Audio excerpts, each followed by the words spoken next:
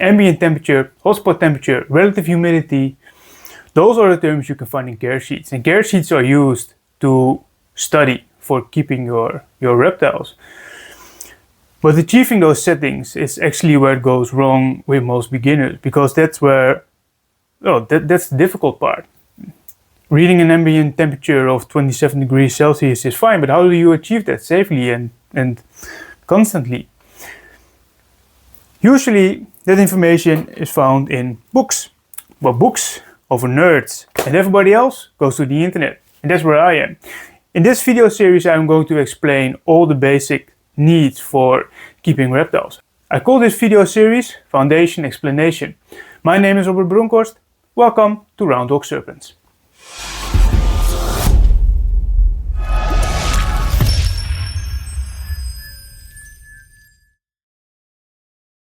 So welcome to the very first episode of this video series. I will try to keep these videos under 10 minutes to keep it interesting for you, because talking about this subject for 20 minutes or so will not captivate your attention, and I'm really trying to capture you and teach you the basics. The very first video is about temperature. What is temperature? Temperature, it seems so obvious, right? If you Google temperature, the most used explanation for us is the measurement of hotness or coldness, and that sounds very reasonable. That's how everybody perceives temperature. And then the second sentence, it becomes very technical about the friction between atoms and all that stuff. And that's basically true. That is what it is, but it is, I think, beyond the understanding of most people. Why do you need to know what temperature is? Well, temperature is the very first subject of this video series, and the next subject will be relative humidity. And after those videos, you will understand that temperature is a key factor into relative humidity, because the humidity is relative to the temperature. But also you will understand that the temperature can depend on the moisture content in your substrate and what evaporation will do and all those stuff. So I will try to teach you how your systems work and how the balance work. They are all in balance, and everything is affecting everything. And yes, you can do without knowing that and just follow care sheets and just follow instructions for the people. But if you try to troubleshoot, or if you try to fundamentally understand what you are doing and don't want to rely on anybody else for help, or if you want to truly put in the conversation, I think it's critical that you understand what temperature and relative humidity is. And after that we will go into depth in other reptile keeping fundamental things and skills and a little bit of psychology. And I'm gonna have fun with this video series, really, because that's what I enjoy, explaining things that I know. And this is and physical things I truly understand. I truly understand physics when it comes to this level. So I really enjoy teaching you, and I will try to put it in a way that hopefully everybody can understand and is accessible for everybody. Right, that's enough of an introduction. Let's go and talk about what temperature actually is. So temperature is the measurement of hotness and coldness. Makes sense. But if we zoom in very quick, and you probably know this, but everything around you is made up of atoms, and atoms are little tiny spheres with all kinds of really weird physics going into them. And without diving headfirst into those terms, let's explain a little bit what they can be, how you can perceive them. It is not necessarily true, and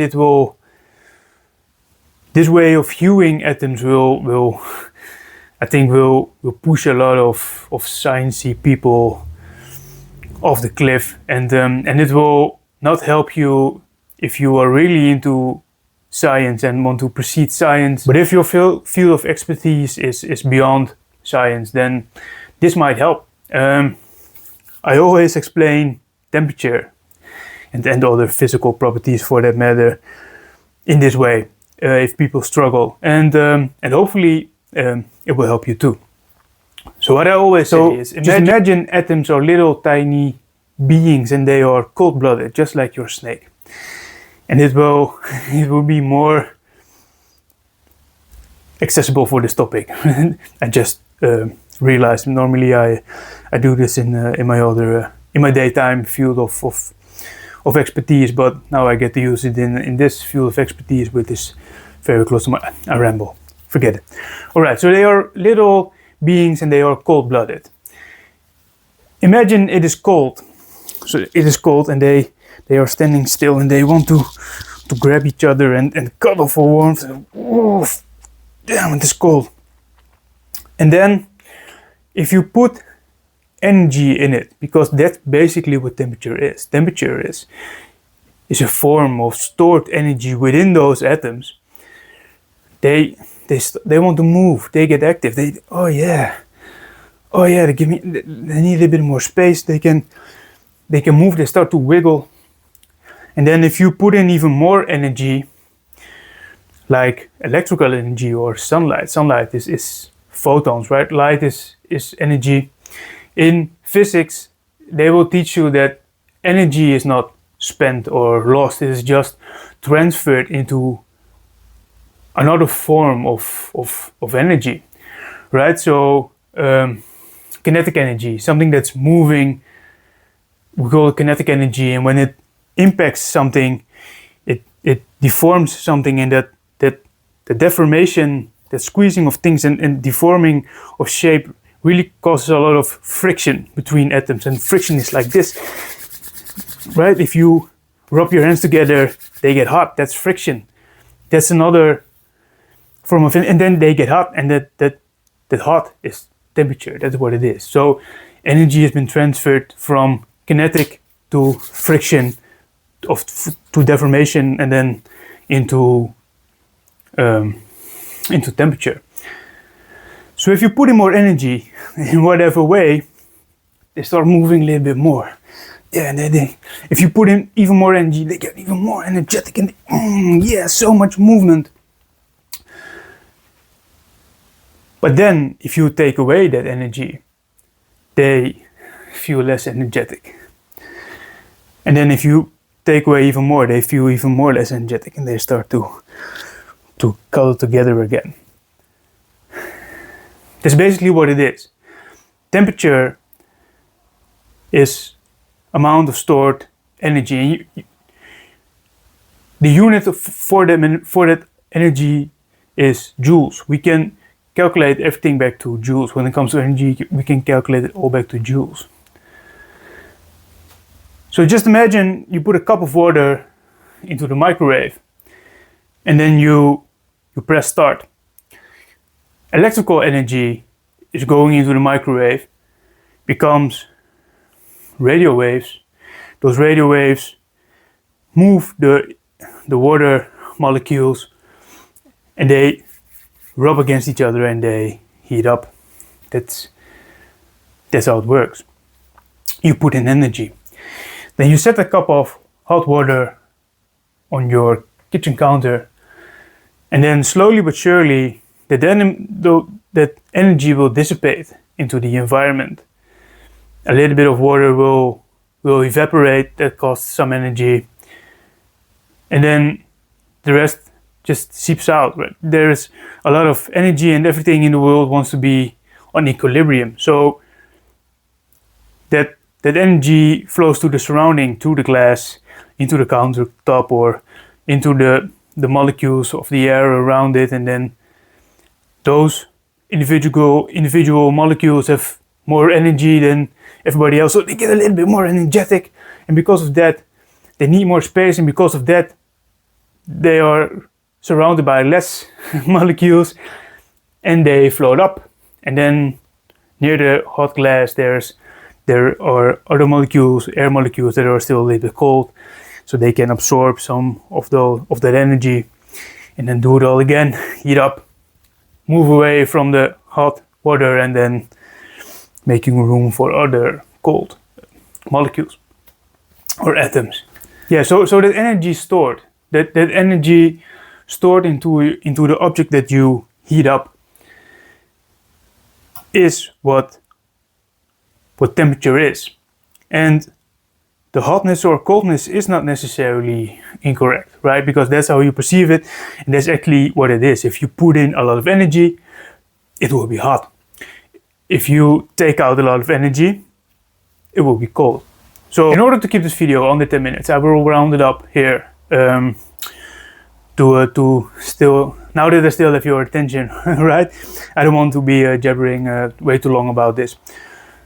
So the real term when it comes to temperature is thermal energy. The amount of thermal energy put into a system dictates the temperature of that system or of that object. So if something has less thermal energy in it, it is cold, and if something is more thermal, and if you put in energy in the form of thermal energy, it becomes hot. That's how simple it is. And in next week's video, we will talk about how do you make things hot? How do you, when it comes to snakes, how do you safely put in energy, and after that, what dictates energy or what dictates the temperature in relationship to the amount of energy that you put into the system.